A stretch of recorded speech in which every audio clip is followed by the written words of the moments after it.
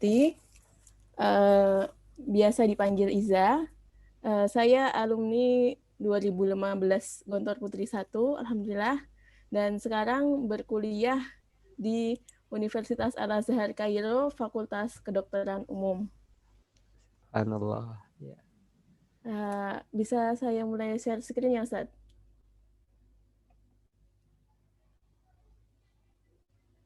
Halo?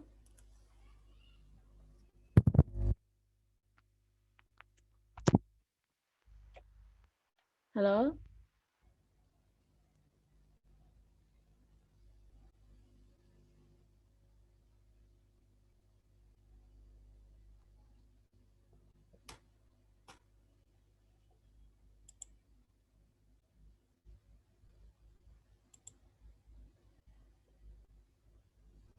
Halo?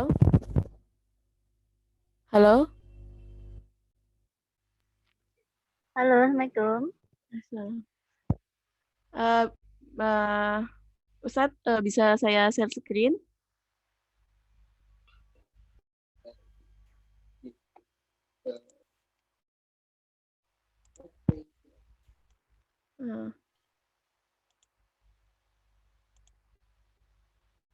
Tema kita kali ini adalah meraih beasiswa kedokteran di negeri Nil.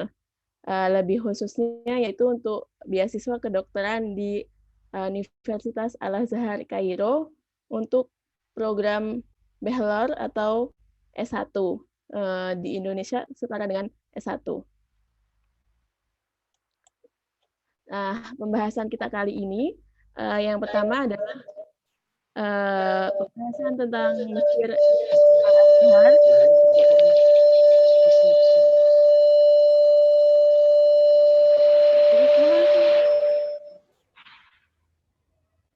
Yang kedua, nanti akan saya paparkan fakultas apa saja yang ada di Universitas Al-Azhar Kairo.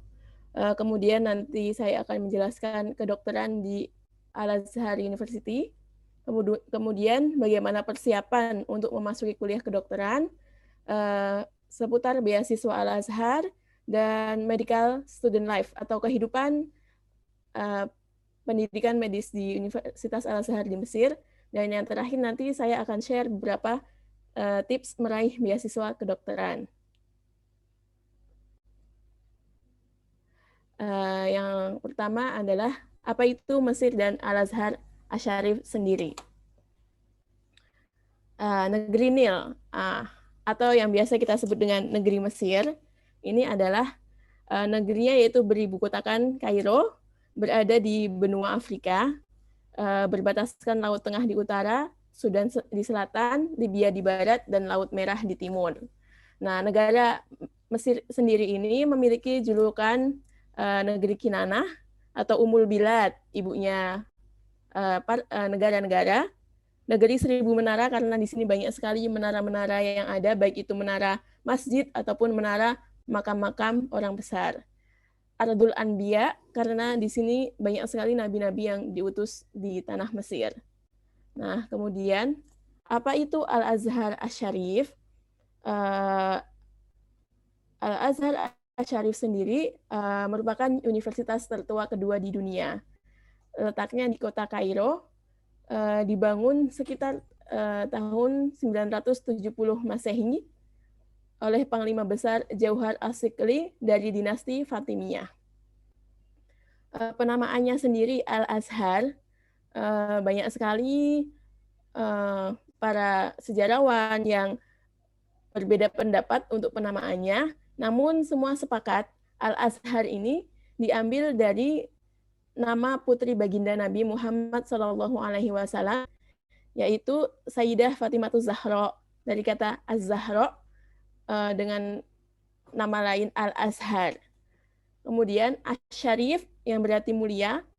Mengapa dinamakan Asy-Syarif? Karena merupakan masjid lama dan utama bagi umat muslim di Mesir dan memiliki peran yang sangat penting bagi peradaban umat Islam sejak 10 abad yang lalu, baik dalam keagamaan, peribadatan, ataupun pendidikan. Nah, apa saja fakultas yang ada di Universitas Al-Azhar? Nah, ini perlu diketahui, Universitas Al-Azhar tidak hanya memiliki fakultas agama saja, ada juga fakultas umum seperti Saintek ataupun fakultas sosial. Dan untuk di Al-Azhar sendiri, perkuliahan untuk banin laki-laki dan banat ataupun perempuan itu memiliki tempat yang berbeda.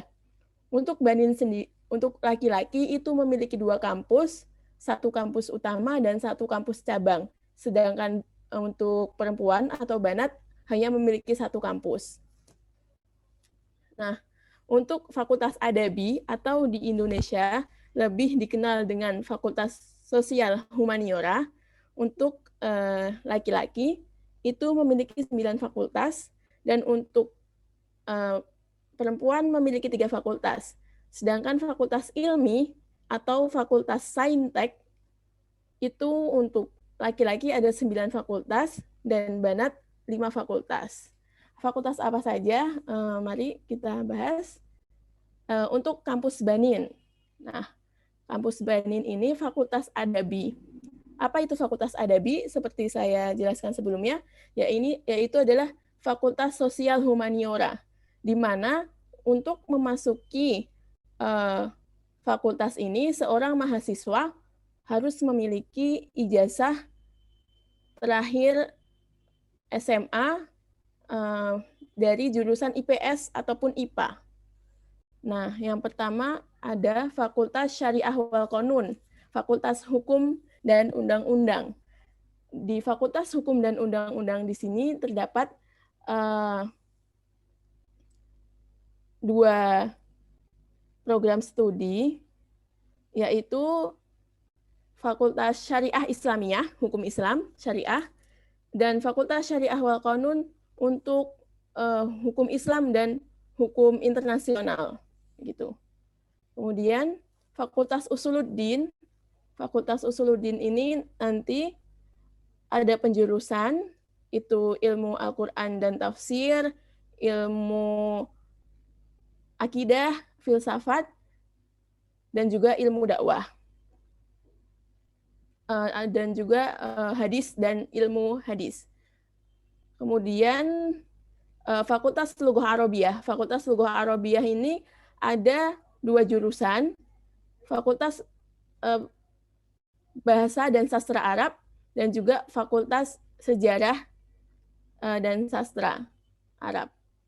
Kemudian Fakultas I'lam, atau ini Fakultas Penyiaran, dengan 1 jurusan yaitu penyiaran juga. Kemudian ada Fakultas Lughat wa Tarjamah, ini untuk studi-studi bahasa asing dan juga terjemahnya. Ada bahasa Urdu dan sastranya, baik bahasa Urdu dan terjemahnya, ataupun bahasa Perancis, bahasa Afrika, dan bahasa Jerman. Kemudian Fakultas Dirosat Al-Islamiyah wal Arabiyah, ini adalah Fakultas Studi Islam dan Arab. Apa bedanya dengan fakultas-fakultas di atas tadi? Jika fakultas di atas tadi mereka menjurus langsung, kalau Fakultas Studi Islam dan Arab ini mereka mempelajari semua baik dari syariah, usuluddin, lughah Arabiyah, dan lain sebagainya. Kemudian ada Fakultas Dakwah Al-Islamiyah. Di sini dengan 1 jurusan yaitu dakwah. Kemudian Fakultas Tijarah atau Commerce atau Fakultas Ekonomi.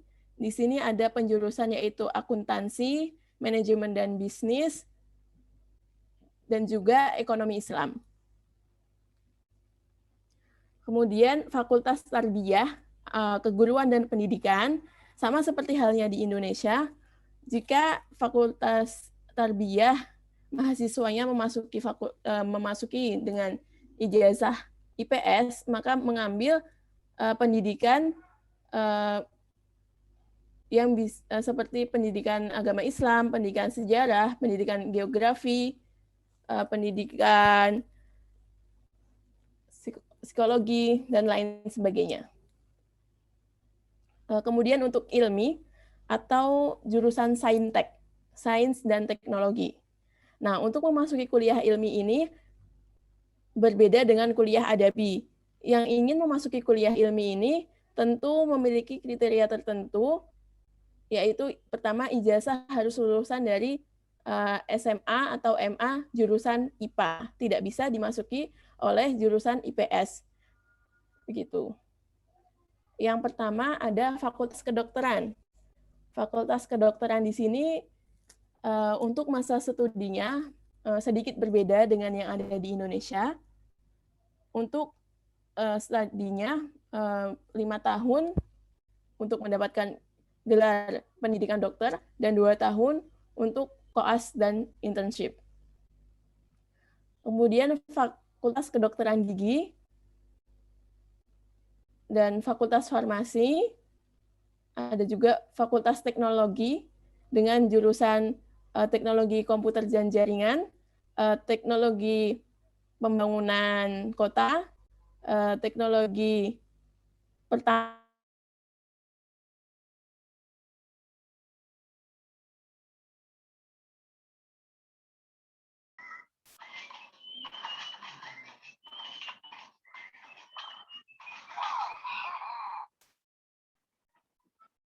juga Fakultas Pendidikan, yang dimana ini nanti pendidikannya adalah pendidikan matematika, pendidikan fisika, pendidikan kimia, pendidikan biologi, dan lain sebagainya. Kemudian juga ada Fakultas Pendidikan Olahraga.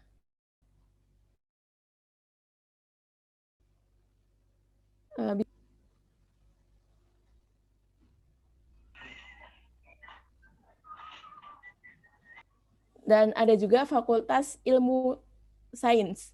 Di sini nanti ada penjurusan biologi, kemudian penjurusan mikrobiologi, ilmu hewan, ilmu tumbuhan, dan lain sebagainya.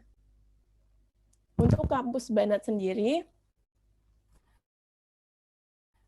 sama memiliki Fakultas Adabi atau Sosial Humaniora, dan Fakultas Ilmi atau Saintek. Nah, ada apa saja Fakultas Adabi untuk Banat atau perempuan sendiri?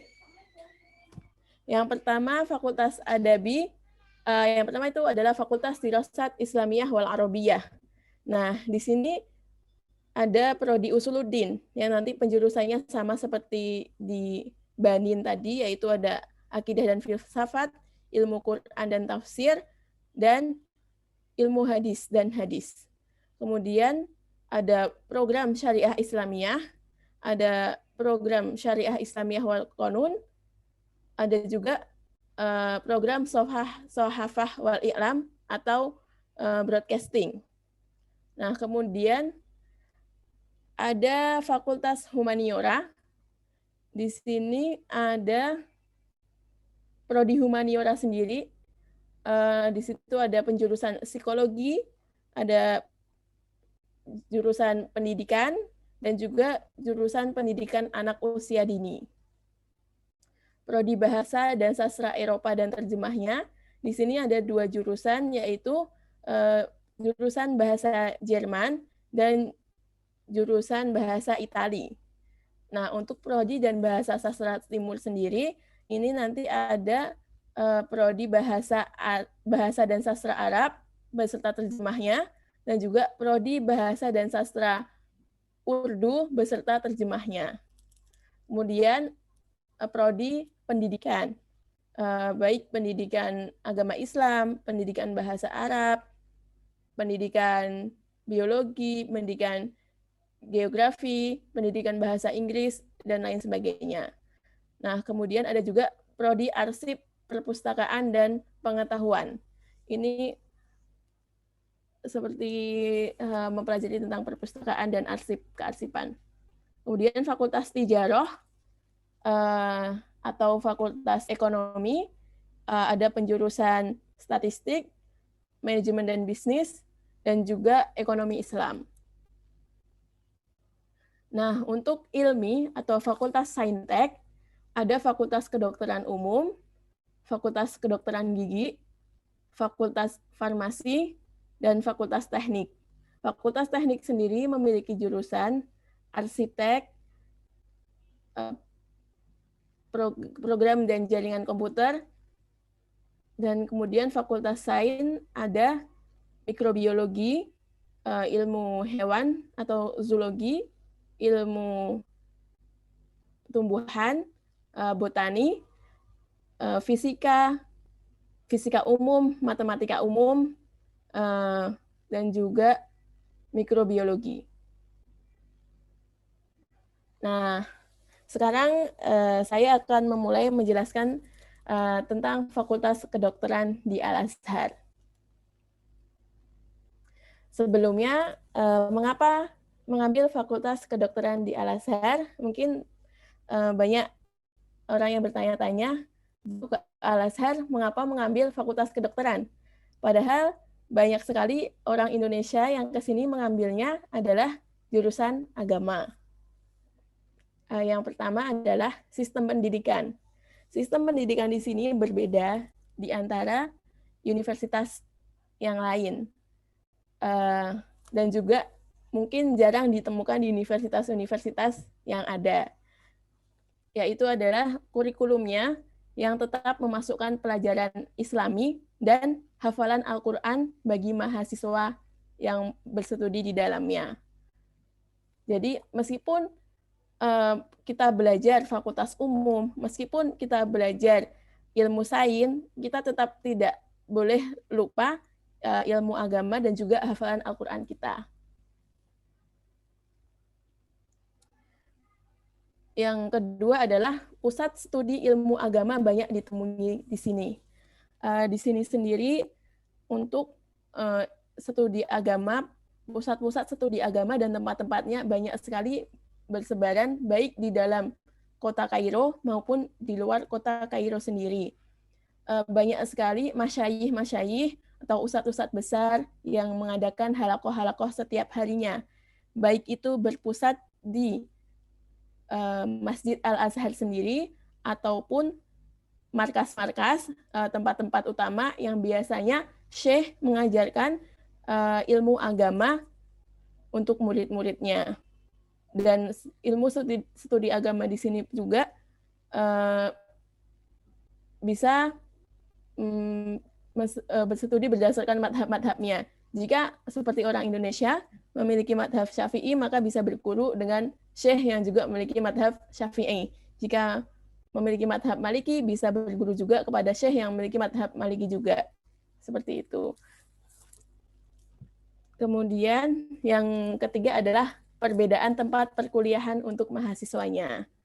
Ini sangat jarang ditemukan sekali, di mana suatu universitas atau lembaga pendidikan memisahkan tempat perkuliahan antara mahasiswanya dan mahasiswinya. Tidak hanya tempatnya saja, pengajar pun juga dibedakan. Banin, laki-laki hanya diajarkan oleh dosen laki-laki, dan juga banat ataupun perempuan diajarkan oleh dosen yang juga perempuan. Dan lingkungan fakultas pun sangat dijaga. Lingkungan banat tidak boleh dimasuki oleh banin, lingkungan banin tidak boleh dimasuki banat kecuali atas kepentingan tertentu. Kemudian kurikulum. Nah, dari sini saya akan memaparkan tentang kedokteran di Universitas Al-Azhar, kurikulumnya bagaimana, apakah sama dengan yang ada di Indonesia ataupun berbeda. Untuk secara umum, masa studinya dengan di Indo itu sedikit berbeda, dan untuk kurikulum sejauh ini banyak persamaan daripada perbedaan dengan yang ada di Indonesia. Yang pertama adalah untuk Fakultas Kedokteran Gigi. Fakultas Kedokteran Gigi sendiri di sini ditempuh selama 5,5 tahun. Tahun pertama ini merupakan tahun matrikulasi ilmu-ilmu umum yang sudah didapatkan di SMA Yang di sini nanti materi SMA akan diajarkan kembali untuk dilakukan pemantapan selama 1 tahun. Kemudian diadakan ujian di akhir tahunnya. Nanti jika mahasiswi lulus kelas matrikulasi ini, maka diperbolehkan untuk mengambil perkuliahan kedokteran gigi.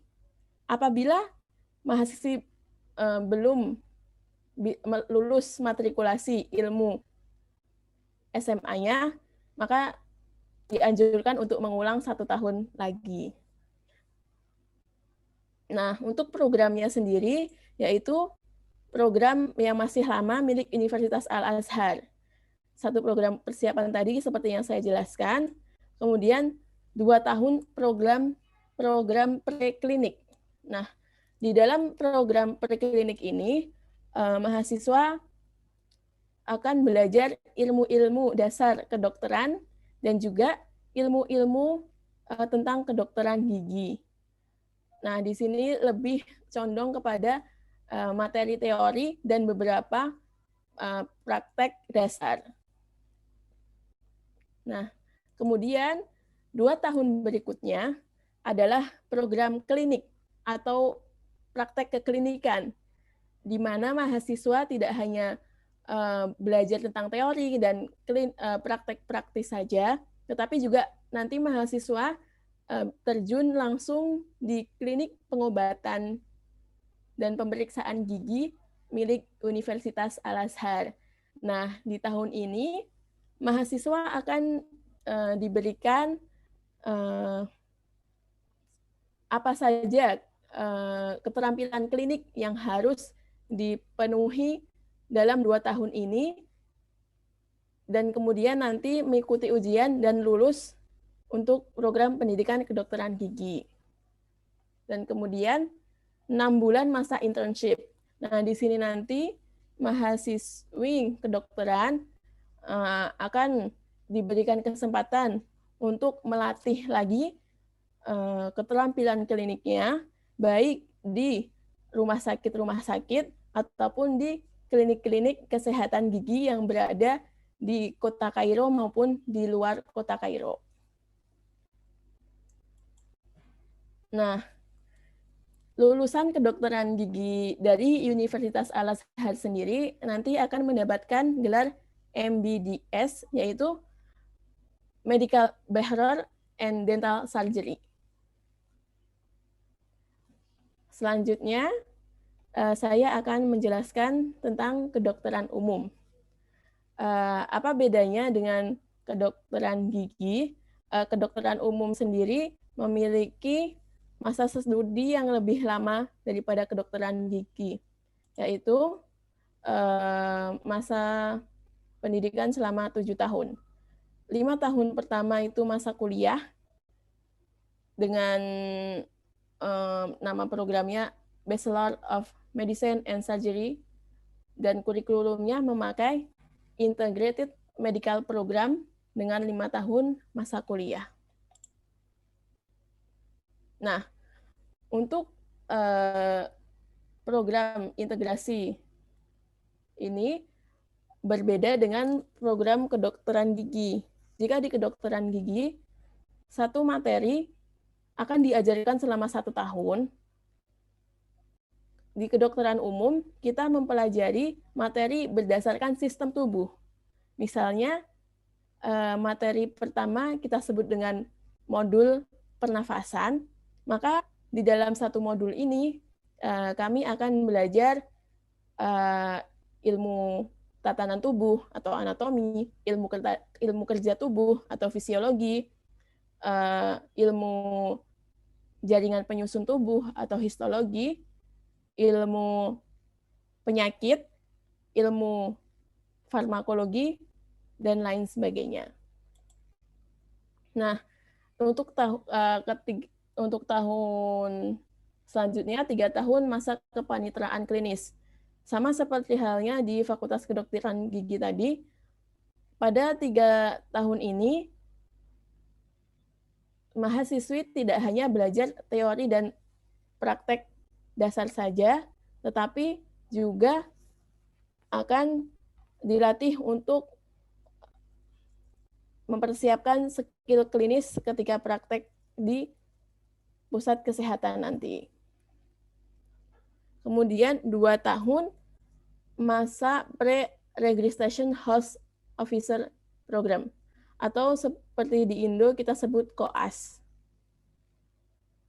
Nah, seperti yang saya jelaskan tadi, kurikulum yang digunakan adalah kurikulum medis terintegrasi, mencakup materi-materi kedokteran seperti anatomi, histologi, fisiologi, patologi, farmakologi, mikrobiologi, dan parasitologi. Nah, kurikulum ini sudah sama dengan banyak fakultas yang ada di Indonesia. Seperti ini juga. Dan ini untuk di Universitas Al-Azhar sendiri baru berjalan 2 tahun. Dan untuk di Indonesia sendiri sudah berjalan kurang lebih dari 10 tahunan.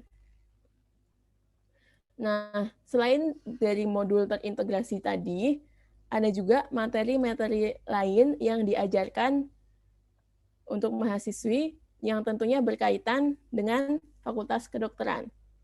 Yang pertama adalah ilmu kesehatan, yaitu seperti clinical skill, epidemiologi atau ilmu epidemi, kode etik kedokteran,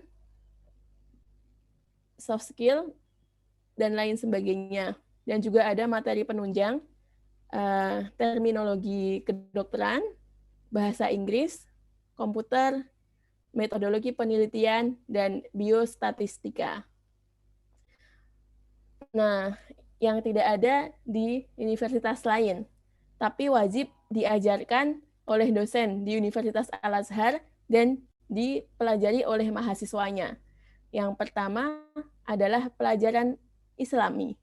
Nah, untuk dosen pengajar dari pelajaran Islami sendiri adalah dosen dari Fakultas Dirasat Islamiyah.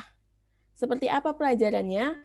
Kami di sini mempelajari akidah akhlak, tauhid, sastra Arab, sejarah Islam, fikih, di mana fikih ini nanti kami lebih belajar tentang hukum-hukum yang berkaitan dengan ilmu kesehatan, baik ilmu kedokteran, ilmu farmasi, ataupun ilmu pengobatan. Kemudian ada tafsir, ada hadis juga. Nah, materi yang tidak diajarkan di universitas lain yang selanjutnya adalah hafalan Al-Quran. Hafalan Al-Quran ini sifatnya wajib baik bagi mahasiswa dari Mesir sendiri maupun mahasiswa asing dengan ketentuan yang berbeda. Nah, untuk mahasiswa asing non-Arab atau mahasiswa asing yang tidak berbicara menggunakan bahasa Arab di kesehariannya, ini dibebankan 1 juz per tahunnya. Nah, ketentuannya untuk yang mengambil jurusan saintek, maka dia menghafal dari akhir Al-Quran, dari juz 30. Untuk mahasiswa humaniora, menghafalkan dari depan, yaitu dari juz 1, surah Al-Baqarah. Nah, kemudian untuk mahasiswa asing dari Arab yang setiap harinya berbicara menggunakan bahasa Arab, ini mendapatkan beban 2 juz per tahun. Sama ketentuannya seperti tadi, untuk Fakultas Sains dari belakang, Fakultas Sosial Humaniora dari depan. Nah, untuk mahasiswa Mesir, karena kebanyakan dari mereka sebelum memasuki Universitas Al-Azhar adalah alumni dari Ma'had Al-Azhar atau sekolah SMA Al-Azhar, dan juga karena di Mesir sendiri banyak sekolah yang mewajibkan para muridnya untuk menghafalkan Al-Quran, maka dalam 5 tahun mereka harus menghatamkan 30 juz. Dan setiap tahun harus mengikuti ujian hafalan 6 juz dari Al-Quran. Itu materi yang tidak diajarkan di universitas lain. Kemudian materi penunjang lain adalah elektif.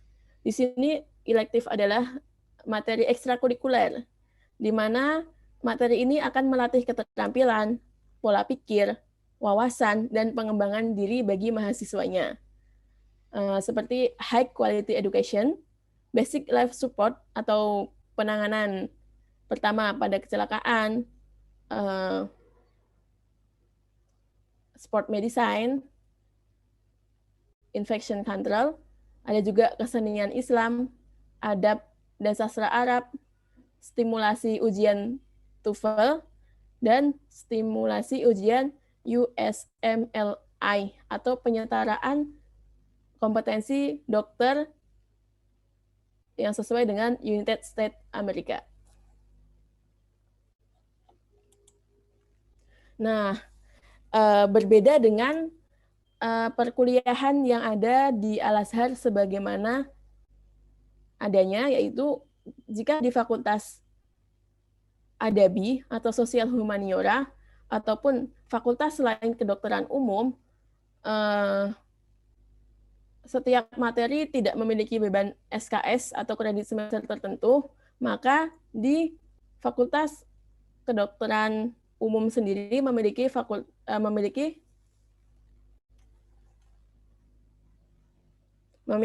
beban kredit semester tertentu, yang dimana setiap semesternya harus dipenuhi oleh mahasiswanya.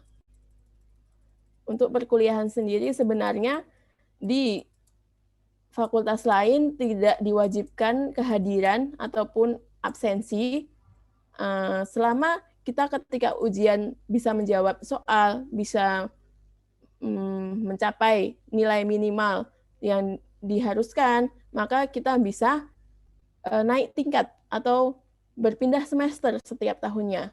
Nah, untuk kedokteran umum sendiri, jika beban SKS tidak kita selesaikan, maka bisa jadi kita tidak bisa lanjut ke semester berikutnya. Dan di Fakultas Kedokteran Umum juga terdapat wajib absen, dan jika nanti kehadirannya tidak mencapai 70%, bisa saja tidak bisa mengikuti ujian akhir semester.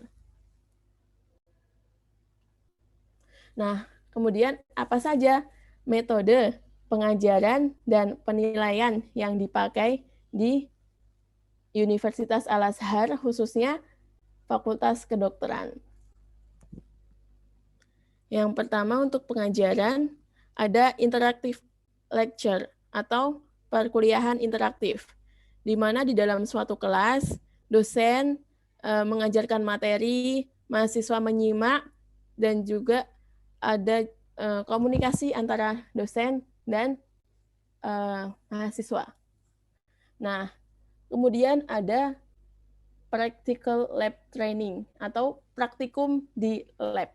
Nah, praktikum ini nanti dosen akan mendemokan, menunjukkan sesuatu praktek, nah di mana mahasiswa kemudian menirukan materi itu.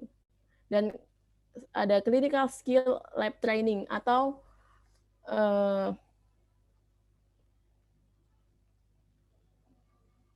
skill klinis, praktek skill klinis. Di sini praktek skill klinis kami belum diperbolehkan untuk praktek kepada manusia secara langsung.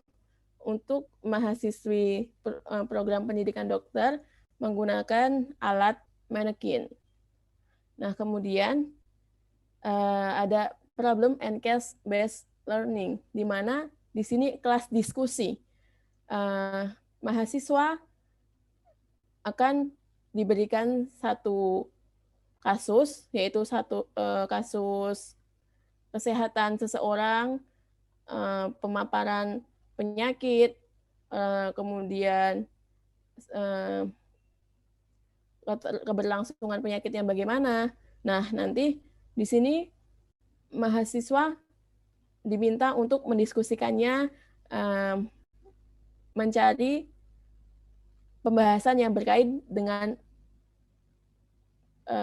kasus tersebut. Dan program diskusi ini hanya ada di Fakultas Kedokteran Umum saja. Untuk fakultas-fakultas lain tidak ada program diskusi, hanya program ada interaktif lecture atau program muhadharah saja, ceramah, metode ceramah. Dosen memberikan perkuliahan, mahasiswa mendengarkan. Kemudian ada metode self-directed learning atau program belajar mandiri, di mana siswa diberikan suatu tugas untuk membahas suatu penyakit atau suatu hal yang berkaitan dengan kedokteran. Kemudian setelah selesai mengerjakannya, diberikan kepada dosen untuk dikoreksi dan dinilai. Kemudian metode yang terakhir ada community-based learning activity atau belajar terjun secara langsung di komunitas, baik di kesehatan primer ataupun di rumah sakit dan juga di lingkungan masyarakat. Nah, metode penilaian. Untuk metode penilaian ataupun ujiannya, Fakultas Kedokteran Umum berbeda dengan Fakultas Agama Islam dan Fakultas Sosial Humaniora ataupun Fakultas Sains dan Teknologi yang ada di Al-Azhar. Karena biasanya penilaiannya ketika ujian tidak menggunakan multiple choice question atau program cara menjawab dengan pilihan ganda. Yang pertama ada yaitu multiple choice question, soal dengan jawaban pilihan ganda, short essay question, pertanyaan dengan jawaban yang pendek, oriented structure practical exam, atau di sini nanti adalah ada ujian praktek, di mana praktek yang sudah diajarkan di laboratorium sebelum waktu ujian, yang sudah didemokan oleh dosen, mahasiswi diharuskan mengikuti ujiannya untuk mengambil nilai.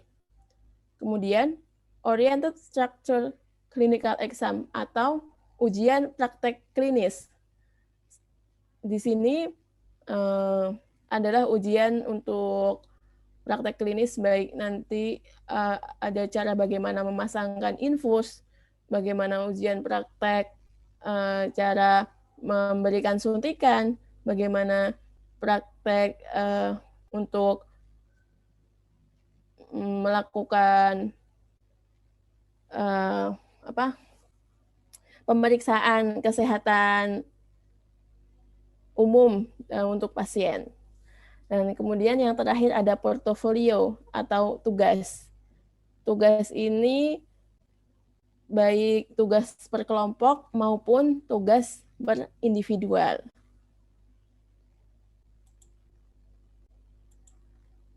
Nah, bahasa pengantar. Jika di Indonesia, Fakultas Kedokteran menggunakan buku ajar bahasa Inggris dan Indonesia, dan dosen mengajarkan dengan bahasa Indonesia, berbeda dengan di Al-Azhar.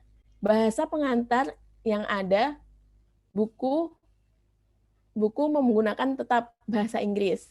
Tetapi dalam menjelaskan, dosen menggunakan dua bahasa, bahasa Inggris maupun bahasa Arab Amiyah Mesir.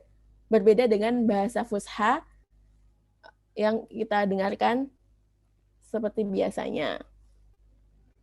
Nah, kemudian mahasiswa kedokteran umum lulusan dari Universitas Al-Azhar setelah lulus nanti akan memiliki gelar MB-BCH, Medical Bachelor and Bachelor Surgery. Nah, sebenarnya tidak hanya di Universitas Al-Azhar saja yang mahasiswi Indo berkuliah di kedokteran. Ada beberapa mengambil kedokteran gigi ataupun kedokteran umum di Universitas Ainu Syam maupun Universitas Kairo. Dan bahkan ada yang sudah lulus dan sekarang sudah praktek di Mesir. Nah, kemudian setelah kita ketahui beberapa hal mengenai Fakultas Kedokteran Universitas Al-Azhar, saya akan menjelaskan bagaimana persiapan untuk berkuliah di Universitas Al-Azhar. Persiapan umum nanti ini akan saya jelaskan juga secara detailnya.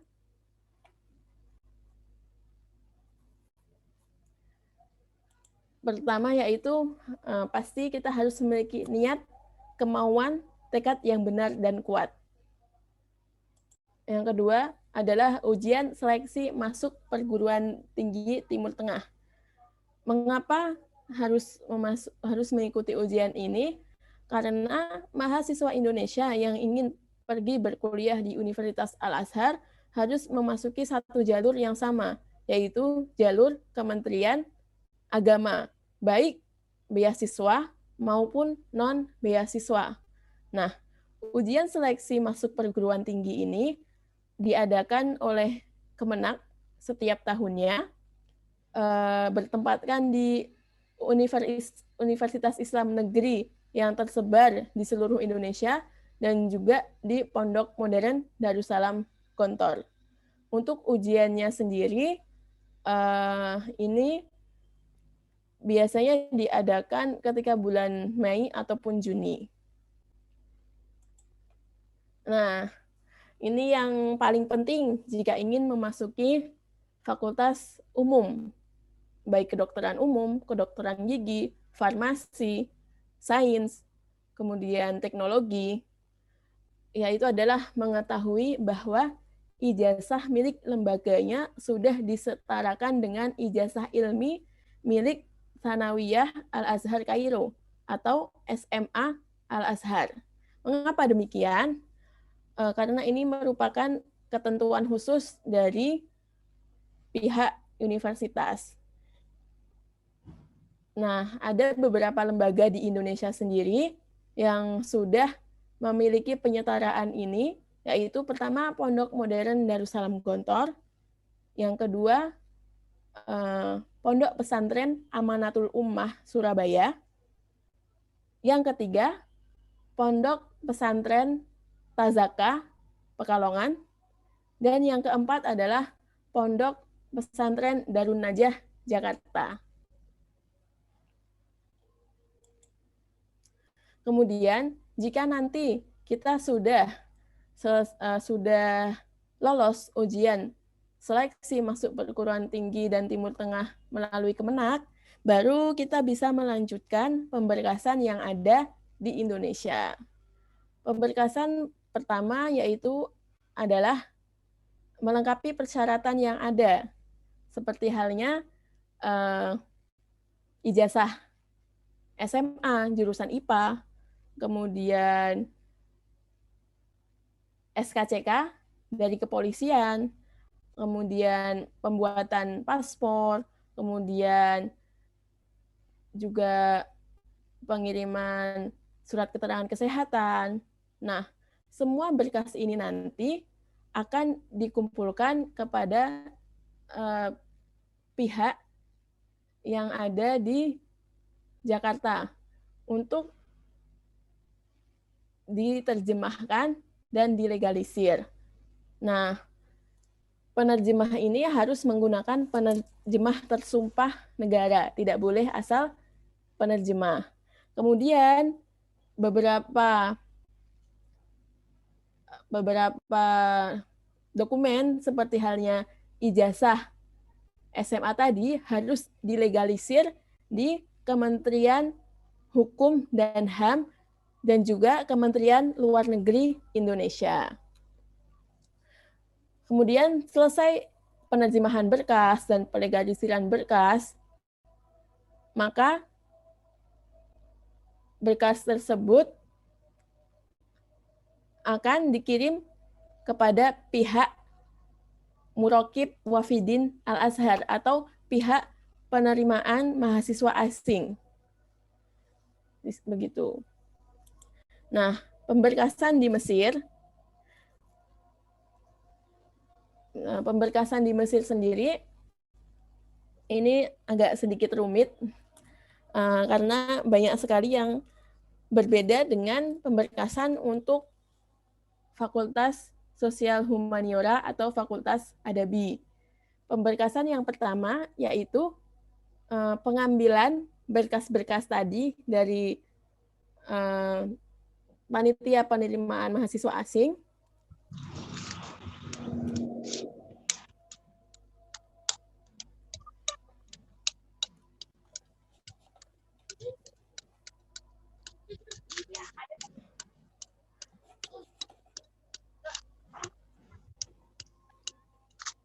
Halo? Ya, kedengaran Ustazah? Kedengaran, Ustaz? Kedengaran. Ya, untuk pemberkasan di Mesir, yang pertama tadi pengambilan berkas dari pihak penerimaan mahasiswa asing. Nah, berkas-berkas tadi untuk mahasiswa umum harus melakukan penyetaraan ulang ijazah di pihak Al-Azhar. Dan sebelum melakukan penyetaraan harus dilegalisir oleh pihak Kementerian Luar Negeri Mesir. Dan beberapa berkas juga harus dilegalisir oleh Kedutaan Besar Republik Indonesia Kairo. Setelah proses legalisir tadi selesai, maka tahapan selanjutnya adalah pendaftaran di panitia penerimaan mahasiswa baru yang ada di Universitas Al-Azhar. Berkas-berkasnya sama seperti yang tadi. Nah, nanti kita di tempat penerimaan ini akan membeli formulir. Formulirnya kurang lebih yang dibayarkan sekitar 360 pound Mesir atau setara dengan 320.000 rupiah.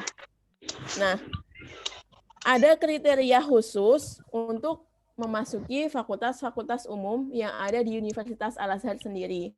Apa itu kriteria khususnya? Yang pertama adalah minimal nilai keseluruhan ujian akhir sekolah. Untuk memasuki Universitas Kedokteran, maka minimal nilainya adalah 90 dari 100. Kemudian, untuk Fakultas Kedokteran Gigi, 80 dari 100. Fakultas Farmasi, 80 dari 100. Fakultas Teknologi, Fakultas Ekonomi, Fakultas Teknologi, dan Fakultas Sains adalah 70 dari 100. Yang kedua adalah nilai di materi-materi umum, seperti halnya materi matematika, fisika, biologi, kimia. Ini juga harus memiliki nilai yang bagus agar bisa masuk ke fakultas-fakultas umum. Nah, kemudian setelah kita memasukkan formulir ini nanti, kita akan menunggu berkas kita dicek oleh pihak penerima mahasiswa baru. Nah, untuk kuota penerimaan setiap tahunnya juga berbeda untuk mahasiswa asing. Untuk mahasiswa asing sendiri, penerimaan adalah 10% dari keseluruhan mahasiswa Mesir. Dan untuk ini yang mungkin sedikit lama dan sangat memberatkan bagi mahasiswa luar negeri adalah jika mahasiswa Mesir memasuki fakultas kedokteran, mereka tidak membutuhkan persetujuan dari rektorat, maka mahasiswa asing harus memiliki persetujuan dari pihak rektorat terlebih dahulu, baru bisa memasuki fakultas umum. Enggak pernah jadi siram-siram ini. Aku kasih mah. Marako. Gua ada Irjan. Ami tuh ada dulu na andang. Sama. Fakultas Kedokteran Umum sendiri. Dek jaga.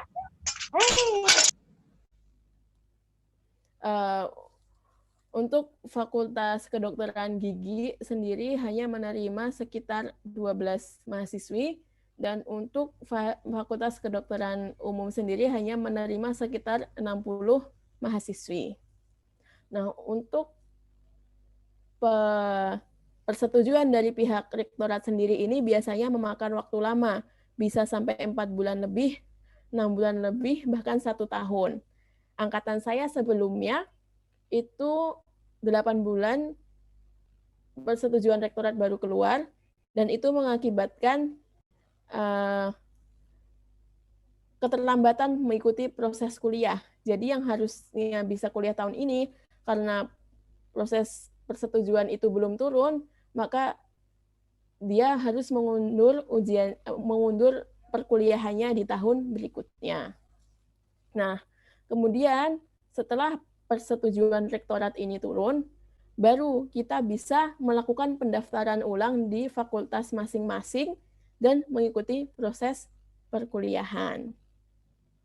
Nah, bagi mahasiswa asing sendiri ada ketentuan khusus juga, yaitu para mahasiswa yang tidak berbicara menggunakan bahasa Arab harus mengikuti kelas persiapan bahasa selama 1 tahun, di mana sebelum mengikuti kelas persiapan bahasa ini ada ujiannya terlebih dahulu. Nah, ketika melaksanakan ujian ini dan kemudian keluar hasilnya, nanti jika mahasiswa mendapatkan derajat yang sesuai untuk memasuki perkuliahan, maka bisa memasuki perkuliahan tahun itu juga. Tapi jika belum memiliki kriteria yang sesuai, maka diharuskan untuk mengikuti kelas persiapan bahasa sesuai derajat-derajat atau mustawa-mustawa yang harus dilalui. Kemudian persiapan yang terakhir yaitu adalah biaya untuk pemberkasan tiket keberangkatan kehidupan selama di Mesir. Nah, persiapan yang pertama adalah persiapan ujian Kemenak. Ini untuk persiapan ujian-ujiannya. Nah, ujian Kemenak sendiri yang tadi sudah saya jelaskan sebelumnya bisa diakses melalui website Kemenak, yaitu diktiskemenak.go.id. Nah, kemudian yang pertama pasti adalah niat, kemauan, usaha, dan doa yang kuat. Yang kedua adalah persiapan materi ujian Kemenak. Ujian Kemenak sendiri memiliki 2 macam ujian, baik ujian tulis maupun ujian lisan. Nah, materi apa saja ujian tulisnya itu? Ujian tulis ini mencakup materi ilmu hadis, materi sejarah Islam, materi Al-Quran, materi fikih, materi bahasa Arab, baik insya atau menyusun makalah, nahwu, shorof, dan lain sebagainya. Nah, untuk ujian lisannya ini berupa interview dan juga ujian hafalan Al-Quran. Nah, untuk ujian Kemenak sendiri disyaratkan minimal hafal 2 juz awal dari Al-Quran. Nah, kemudian agar persiapannya matang, yang pertama adalah mensimulasi diri sendiri. Dengan apa? Yaitu dengan mengerjakan soal-soal yang diujikan di tahun-tahun sebelumnya. Banyak sekali soal-soal ini bisa kita temukan di Google ataupun di lembaga-lembaga pendidikan yang memiliki